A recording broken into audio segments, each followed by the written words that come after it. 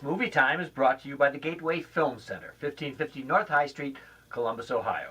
Further details and showtimes online at gatewayfilmcenter.com. The award-winning It's Movie Time is produced by John DeSando. Listen to the shows and read reviews online at WCBE.org. I'm John DeSando. And I'm Linda Baas McClelland. And this is... It's Movie Time! Yeah, it is It's Movie Time. Okay, Linda, you were a docent for a long time at the Columbus Museum of Art. Indeed, I was. So I'm sure that you came across a Turner or two. Probably. I don't remember. I probably did. Yeah, yes. If we have it. But certainly anyone who cares anything about painting knows J.M.W. Turner, the great 19th century landscape painter from Great Britain. So, Lenny, we've had biopics already, many now for the Oscars, and I just tried to list a couple of these: The Theory of Everything, Imitation Game, Foxcatcher, Selma, American Sniper, just for a few. And so now we have very late in the game. I'm very late. Yes, J.M.W. Turner, starring Timothy Spall and one of my favorite directors, Mike Leigh. Yes. So as I've listed all those really impressive films, Lenny, does Mr. Turner, the name of this film, hold up? Oh, indeed it does. I think I said it's a lot of movie in 2.5 hours. Just a little bit of background. It focuses on Victorian England with the top hats and the opulent interiors. It is a beautiful, beautiful, beautiful movie. It is. So it's unlike the other biopics, I think, Yes. that came before it. Yeah. So, but it's the story of Mr. Turner, and it focuses on the last half of his life. And he rose from working class. His father was a barber, but his father encourages him to become one of the most recognized landscape and seascape artists of his time. And just a little bit of background. His paintings evolved from perfectly rendered recreations of landscapes and seascapes, and then they start to change. They become very impressionistic. Yeah. And then they change again into abstract expressionism. Sure. And so he was way ahead of his time. And this moves it really from essentially 1828 through about 1851. So you're not yet feeling the impact of Claude Monet, but you're looking at the Impressionists coming aboard at this time. Right. Some of the great scenes in this film are at the Royal Academy. Oh, indeed. I loved them. He's dressing down a few people.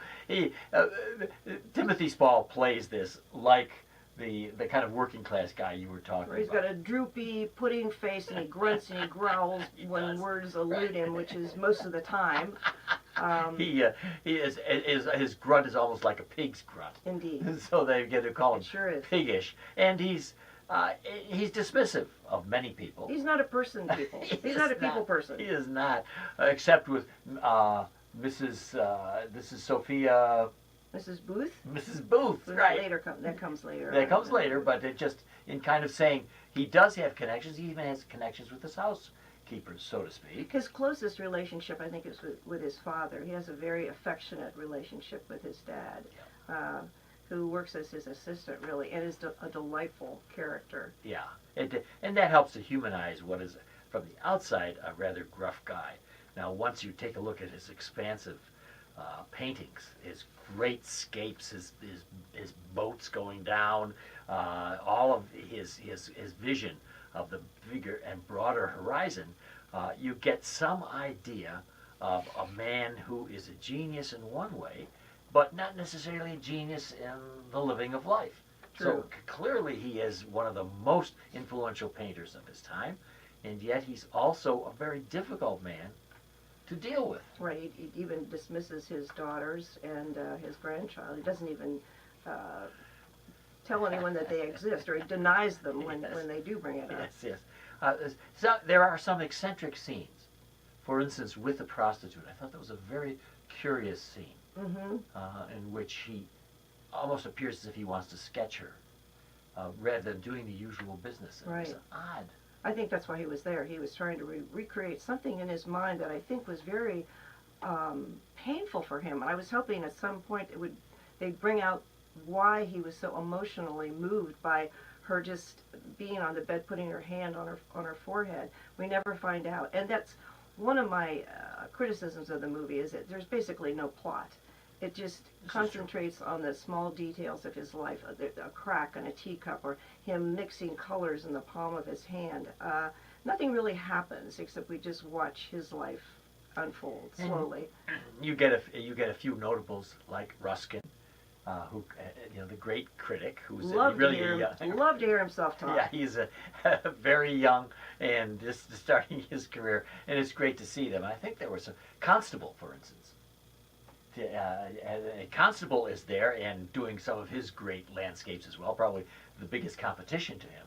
Right. And at one point, Turner goes and puts a little red dab right in the middle of one of his paintings. Right.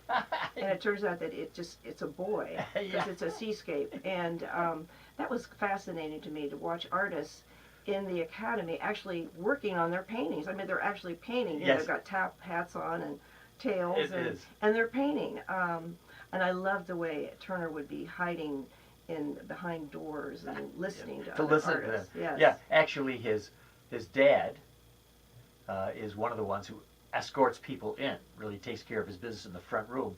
And then you're right, he has a little panel he opens up to Right. to spy on them. Right. It's great. And we see the young Queen Victoria and Albert. Oh, and yeah. as she looks at one of Turner's paintings, she calls it a dirty yellow mess. Yes, and he does use a yellow that comes right off of his canvases. In fact, I think Mike Lee kind of takes that and imitates a little bit of that yellowness, which I think is his most prominent color. Right, yes. And yeah, she calls it a yellow mess. A big yellow mess. That's what she said. Yeah, and,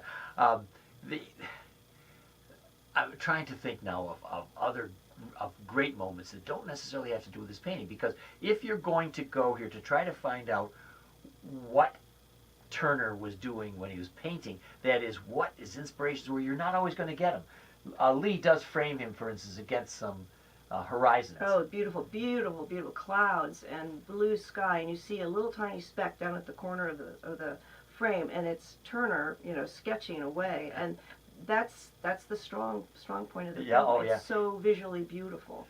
There's talk that Mike Lee is actually identifies with Turner, and I think they're probably true. That working class background, being prickly and dismissive, is apparently the way Mike Lee is. Really? And yeah, and he's had his great cinematographer with him, Dick Pope, and I had the great joy of sitting behind the whole cast of one of his movies at the Toronto Film Festival. Oh, so just got impressive. some idea.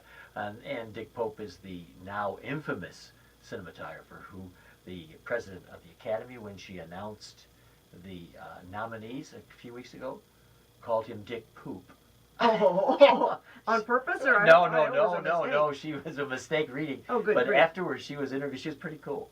She's Oh. done worse things in my life, and so it was pretty neat. But anyway, I hope that people will then remember, because Mike Lee, for me, when I saw Secrets and Lies, I said, this is just a genius, and he can deal with the working class better than anybody. And then he takes Timothy Spall, who plays Turner here, and turns him into a showman in Topsy Turvy, which is about Gilbert and Sullivan. And I said, wow, this director can do anything. And then this actor, who looks like a schlubby nothing. Oh, dreadful. Yeah, but when he does this, you believe that he is Turner. And all of the negative parts of Turner's personal life are turned into a charm by an actor who can grunt his way. Barely, yeah. One of my favorite parts is the dialogue. It's almost Shakespearean. And one of my favorite lines is, when the artists are kind of talking back and forth and they're arguing, he says, "Brook your ire, sir." Sir, that's I great. just loved it. Hope and I were talking before you came, and she and I shared the same feeling that we lost a bit of the dialogue at the beginning. And we were trying to assess why, and is it because it has that almost Cockney? Right. You almost have to get used to I hearing wonder, it yeah. and listening to it. And Hope was saying, and I think maybe she's right, that once you get into the film, he does more talking. Yes. And so this is more of a burden on him to be more articulate than he was at the beginning of the film. So that's just something you have to watch out for. It takes a little bit of getting used to, but as you said, the cinematography is just gorgeous. All of the costuming. And the costumes and everything is just... so what happened, John? Why wasn't this an Oscar contender, especially Timothy Spall? Well, that's a great question, because the same thing happened with Selma. it doesn't get distributed right, and it doesn't get distributed early enough.